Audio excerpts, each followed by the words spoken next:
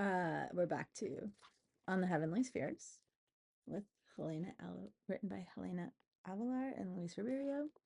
We are in chapter 2 at the current moment, which is called The Universe According to Astrology. And we're on page 13 under the heading Formation of the Elements. Let's see.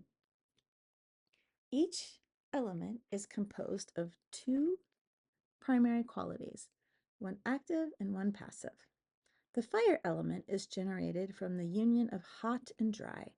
It is characterized by an expansive, radiant action, hot, that imposes itself naturally without molding itself to the external environment, dry. From the union of hot and moist, we get air, equally dynamic, hot, but adaptable, moist. It is characterized by changeable, adaptable, and dispersive activity. Helps me read. Because they share the hot quality, fire and air are both masculine, dynamic, and extroverted. They are characterized by a strong centrifugal impulse, exteriorizing. I guess centrifugal goes out and centripetal goes in. Yeah. On the other hand, the connection between cold and dry generates the element earth. Contracted, inert, cold, hard and non-molding, dry. From the union of cold and moist emerges water, which is characterized by receptivity and density, cold, but which is extremely malleable, moist. Yeah, when I say it differently, it's because it's in parentheses. Maybe I'll just do that. It's cute. Cute. Because they are both cold, earth and water are feminine elements, reflexive, inverted, and they have a receptive and centripetal motion. We can also group the elements according to their passive or secondary qualities. Thus, fire and earth share the dry quality, which gives them a tense, resistant, and non-molding expression. Fire resists by imposing its radiance. It consumes and burns what it touches, but also illuminates and energizes, transmuting its heat to everything. Similarly, the earth resists through its persistence, its permanence.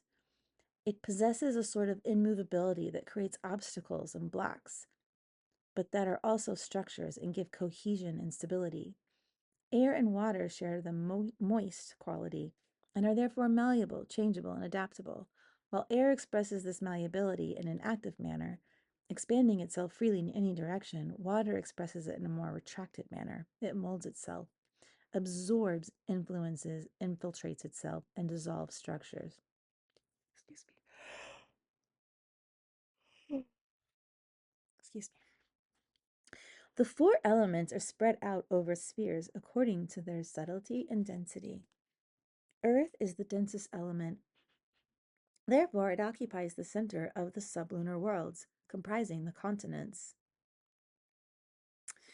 On account of its gravity, weight, it represents everything that tends towards static performance. A rock, for example. It maintains a fixed and structured form, crystallizes, and turns substances hard, giving them permanence, durability, and stability. These things characterized by Earth are dark, of dull colors, and rough, heavy, and very solid. My table is Earth. Water occupies the subsequent sphere, since it is less dense than Earth. It represents the oceans and all the watery bodies on Earth, notwithstanding the fact that it is a dense element. Cold. The moist quality gives water great plasticity and adaptability. Water turns into the densest materials pliable and has adhesive qualities, which makes it an aggregating element, preventing objects from becoming dry and brittle. These things characterized by water tend towards dark colors, and can have a reflective properties or appear to play with color, like water itself. Is the ocean blue or is it green? Is it blue or is it green? Have limited flexibility and are lighter than those things represented by the earth element. The air corresponds to the third sublunar sphere, representing the terrestrial atmosphere. It has a lightness and a capacity to penetrate as its characteristics and is connected with great mobility and plasticity. As with water, it has a unifying role, but in a more subtle manner. So it is associated with transportation. For example, smells and sounds are transported through the air. Those things characterized by air are scintillating, clear, smooth, and light. It's doing the bubble thing again. What? Sorry, excuse me. Those things are characterized. Trying to make the bubble appear weird. Those things are characterized by the air, are scintillating, clear, smooth, and light, displaying great agility and flexibility. Fire, the most subtle of elements, occupies the outermost sphere of the sublunar worlds because it is extremely rarefied. Its presence is primarily detected through its qualities of luminosity, heat, and electricity. This element allows the various energy exchanges between various forms. That's a lot of use of the word various. It also acts on matter by causing the creation and transformation of the various substances, and on living beings, conferring vitality and promoting growth. These things characterized by fire are luminous, brilliant,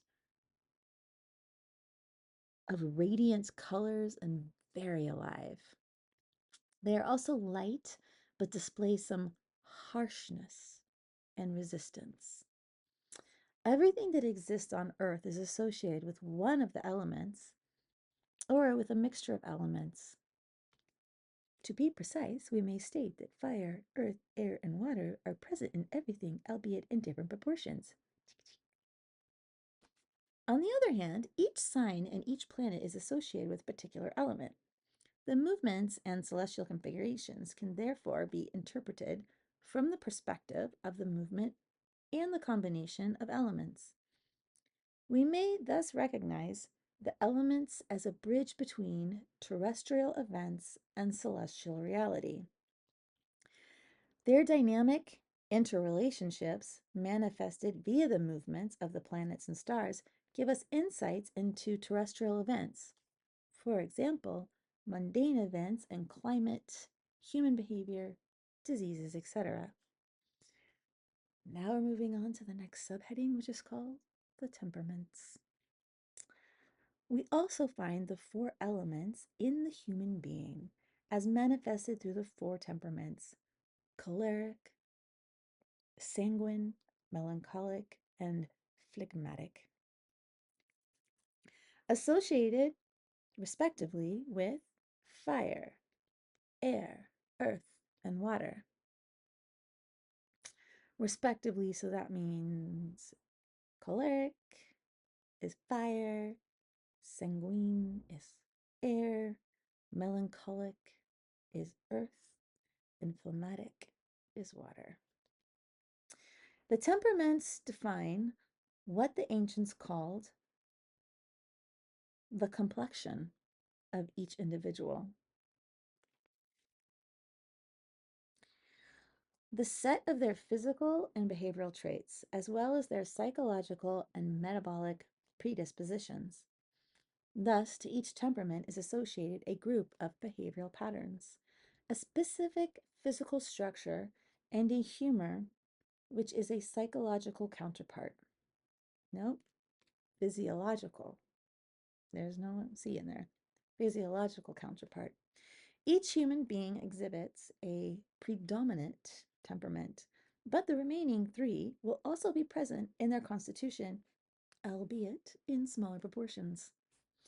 The system of temperaments constitutes a type of ancient psychology that allows us to make complex and subtle assessments of the motivations, behaviors, and dynamics of each individual.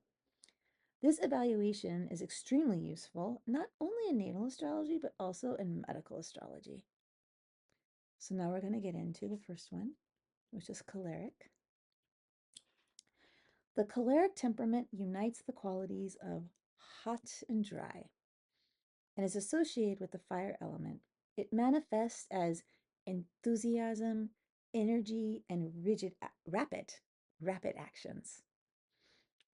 It produces resolute, courageous, and ambitious personalities, always ready for action, enterprising and enthusiastic, never capitulating to obstacles. If rightly motivated, it gives the native a spirit of leadership and strong will. Although enthusiasm isn't easily lost, the choleric tends to change their mind frequently and to start several projects. Oh, to change their minds frequently and to start several projects throughout life. The focus of interest is on action and conquest, rarely letting the details deter the intent. The choleric can sometimes be precipitated and inconsistent due to a lack of patience. This temperament is not given to study or investigation. In emotional terms, the choleric is not very emotional, and dryness may cause them to be rigid and insensitive. Impatience makes this individual lack grace in expression to the point of rudeness and hostility. The choleric reacts with great intensity to threats and external challenges, being capable of aggression and even violence. In extreme cases, the combined lack of sensitivity and easily expressed rage can result in cruelty. If the choleric temperament has traces of melancholic, the personality will tend to be more moderated in its actions. In this combination, the dry qualities predominates, which indicates a tendency to retain ire, giving rise to mistrust and bad temper. Nevertheless, this combination of temperaments produces a greater constancy, curiosity, and capacity for study, because the coldness of the melancholic moderates the heat of the choleric. The presence of the phlegmatic temperament cools the constant activity and impulsive reactions of the choleric, because it involves a mixture of complementary primary qualities, hot and dry on one hand and cold and humid on the other. Hot and dry, cold and humid. However, it provides a greater emotional contrast, generating all manner of temperamental attitudes. If the secondary temperament is sanguine, then there will be a greater lightness and sociability, which attenuates the caloric expression. There is more sensibility and adaptability. The humid moderates the harshness of the dry, but both share the hot quality. It produces a certain agitation and inconsistency. In physiognomic terms, the body of a choleric tends to be very slim, muscular, and hairy. The frame is average or short. The skin is coarse, hot, and shiny, of a yellowish or reddish tone. The traits may be modified by other temperaments. In the medical physiological realm, the choleric temperament is associated with the humor known as yellow bile. The term bilious is often synonymous with choleric. According to the ancient medical system, the humor, which is centered in the gallbladder, would have been used to process the remaining humors. It confers movement and action and heats up the body. Now we're moving on to sanguine. The sanguine temperament, and I don't know if I'm pronouncing it right. Oh well, if I'm not, someone correct me. It combines the qualities of sanguine temperament, combines the qualities of hot and cold, and is associated with the air element. As in the choleric type, it produces a dynamic and active personality, but the moist quality makes the native more versatile and adaptable. The sanguine is characterized by a vivacious, spontaneous, enthusiastic personality that is very communicative and sociable. Interests comprise a great many topics, and when properly tempered, it produces a curious, studious, and inquiring individual or individuals. In emotional terms, the sanguine is very sensitive and cries easily, a way to shed worries and a way to shed worries and anxieties. Released through water. For this reason, the individual does not harbor anger and is naturally happy and friendly. Extreme fluidity can lead to dispersion, the lack of concentration, and a notorious lack of perseverance. Other negative aspects are a lack of organization and discipline.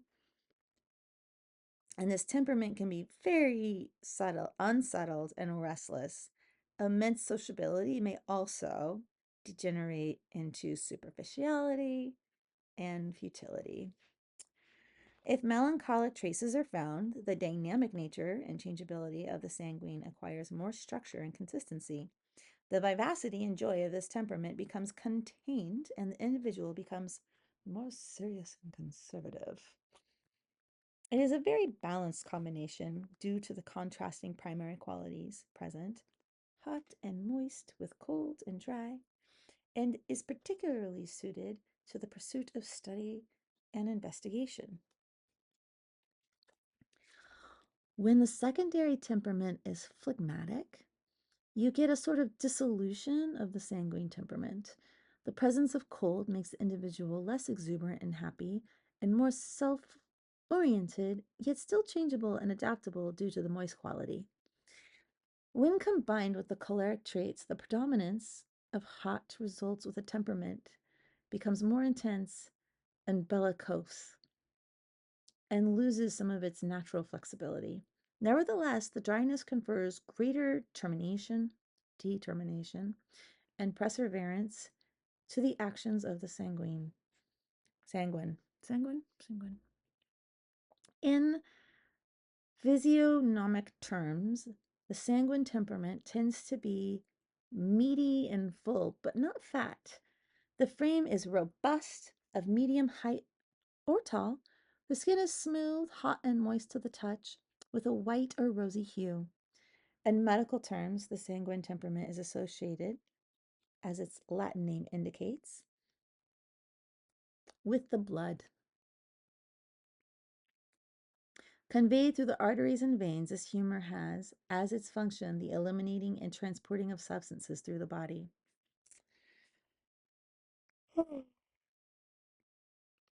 Excuse me. Melancholic. The melancholic temperament combines the qualities of cold and dry and is associated with the earth element. It is reflective and focused personality. I have no earth in my chart. Well, you do, but no planets in earth. The native can be very reserved and moderated in his or her manifestations and is sometimes underestimated, seeming to be less interested in things that are actually true. The focus of attention is objective reality, which gives the individual a sense of firmness and security. They tend to deal better with the facts than with the ideas and is generally resourceful and a good investigator, displaying a great deal of patience and perseverance.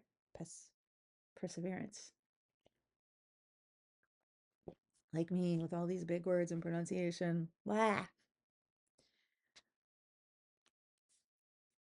Okay.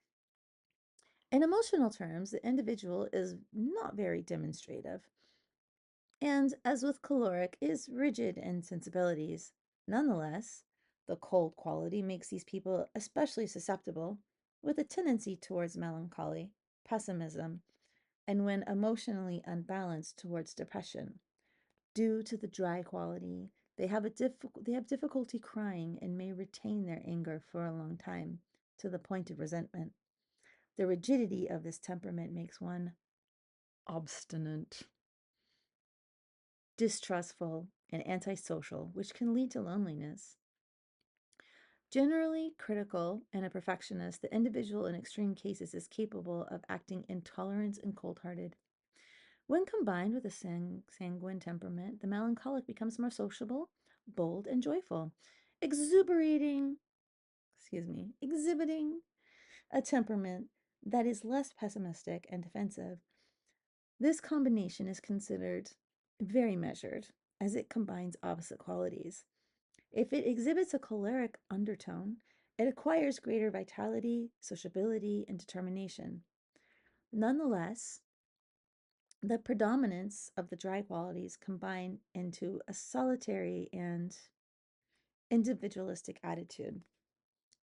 In its fusion with the phlegmatic temperament, the predominance of cold quality is emphasized and reinforces the tendency towards reserve and withdrawal.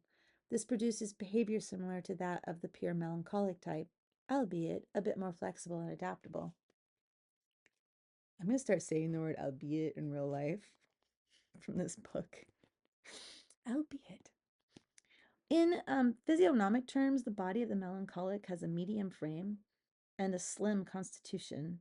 The skin is coarse and cold to the touch, generally of a yellowish or dull color, with sparse hair that tends to be dark. The melancholic temperament is associated with the humor known as black bile. It's black bile. Its function is the retention of the substances of the body, bestowing consistency to the muscles, tissues, and liquids, solidifying the bones, and strengthening memory and sobriety. Its containing organ is the spleen. Phlegmatic. The temperament of the phlegmatic combines the qualities of cold and moist and is associated with the water element. It produces a sensitive and reserved personality with a powerful emotional drive. Like the melancholic, this type is introverted, but the presence of moist quality confers plasticity and adaptability. The native has a powerful emotional drive, making decisions that help maintain security and emotional well being. By favoring emotional reasoning, these people can be very subjective and inconsistent, which is good today because it makes, oh, what is good today because it makes me feel safe and may be bad tomorrow because it made me feel poorly. Okay, I got that. Emotional reasoning. To the point, so I'm going to read that without the thing in it. By favoring emotional reasoning, these people can be very subjective and inconsistent to the point of incongruence. They are interested in what they feel, and in what promotes security. And they delight in new people and new situations, but can easily adapt a passive and slightly lazy attitude. Generally speaking, the melancholic has a timid and serene temperament. While emotion and feelings are the basis of behavior, they are seldomly openly expressed. Although sensitive and sympathetic, the phlegmatic avoids commitments and is not terribly expressive. He or she tends to assume conciliatory roles and is excessively patient. While when emotionally disturbed, this temperament can become reclusive and apathetic. Due to its excessive malleability, laziness and indolence can become larger flaws. Only with difficulty does the individual display courage and determination in their actions. And it's worse. Emotional self-centeredness manifests as greed, cowardice, deceit, and emotional manipulation. When combined with the choleric temperament, the phlegmatic gains greater agility and daring. The general expression tends to be more tempered due to the opposing qualities of each. The union with oh my god. Oh. The union with the sanguine type adds to the hot quality, which gives its greater joy and vitality, minimizing the more static aspects of the phlegmatic type. Its predominance to the moist quality reinforces the flexibility and elasticity of the personality. The combination with the melancholic temperament gives emphasis to the cold, enhancing the introverted characteristics. Nonetheless, the addition of the dry qualities confers great solidity and perseverance to the native. And physiognomic, that word, physiognomic terms, the phlegmatic tends to have a medium to short frame with a meaty, flaccid body that can easily put on weight. The skin is so soft and cold to the touch, generally pallid or white in color, with little hair. This temperament is associated with the phlegm humor, which is responsible for the maintenance of the body's temperature and its lubrication. In modern terms, it corresponds to mucus and lymph. Practical application.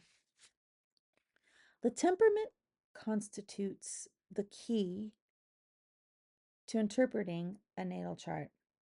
Each planet or sign has affinities with each of the four temperaments, what serve as the basis for defining its characteristics.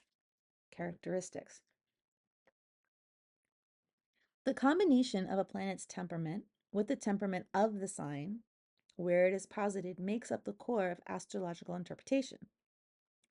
In natal astrology, it is possible to determine the temperament or combination of temperaments of each individual. This global temperament describes the core characteristics that condition all the behaviors, motivations, and personal dynamics of the individual. The manifestation of the details shown in the chart is always underscored by the predominant temperament. For example, an astrological marker of aggression will have a different expression in the chart of a choleric temperament, which reinforces an aggressive tendency, than that of a chart that is phlegmatic, which will weaken it. Temperament is therefore a type of background upon which the personality will manifest. The calculations for determining the individual temperaments are somewhat complex, as they take into action the relative weight of the four primary qualities in the chart. In the scoring, one considers the primary qualities of the ascendant and the moon, as well as the planetary configurations associated with it, to which qualities of the ascendant and the moon, same line, in which is added the temperament of the solar sign. This assessment will be covered in greater detail in an appendix.